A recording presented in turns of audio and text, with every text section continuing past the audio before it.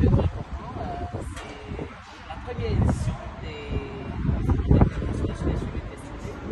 Vous êtes intervenante. Alors j'interviens sur la réconciliation des cheveux afro et de l'estime de soi. Je vais intervenir notamment sur un problème économique qui touche beaucoup de femmes afrodescendantes en France malheureusement, celui du manque d'estime de soi lié à ces cheveux afro. J'ai pu constater d'après mes recherches et d'après ce que les experts en la matière disent que ce manque d'estime de soi en fait coûte parce que c'est un marché qui est en plein essor, le marché des extensions des perruques et des tissages qui est estimé atteindre près de 14 milliards de dollars. Et je pense que ça peut s'expliquer par des pratiques excessives du port des perruques, de coller des lace fronts à tout va. Et finalement, je pense que beaucoup de femmes noires sont très perdantes parce que non seulement perdent-elles des centimètres, mais elles perdent énormément d'argent.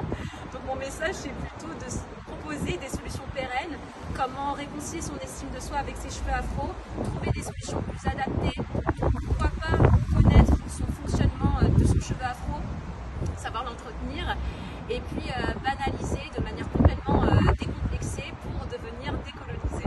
Alors, comment est-ce que ce type de thématique-là peut aider de façon très concrète, pragmatique, ces participants? Je pense que déjà pour accéder à ce type d'événement, il y a une prise de conscience.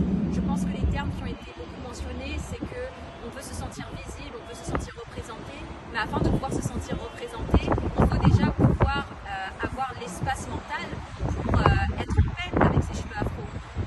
Je ne pense pas qu'on peut même venir dans cet événement si on n'a pas pris conscience du problème. Donc à mon sens, il y a un travail de fond psychologique de se détacher d'une culture de la perruque qui peut-être promouvoit des pratiques excessives et plutôt prendre soin de ses cheveux afro avec des produits bruts qui financent une économie comme le fait Evazer. Alors, Evazer, c'est aujourd'hui une grande marque. Vous connaissez Evazer depuis plusieurs années. Quelle lecture vous faites de cette évolution de l'entreprise? Evazer, déjà c'est une entreprise que j'ai connue un petit peu pendant la période Covid. J'étais là pendant la boutique provisoire et maintenant c'est une boutique réelle. Donc déjà il y a une évolution à ce niveau-là. Mais je pense que Evazer a une très belle évolution devant elle. C'est une marque dans laquelle on se sent extrêmement représenté. En tout cas pour ma part en tant que femme afrodescendante, je me vois vraiment dans le message.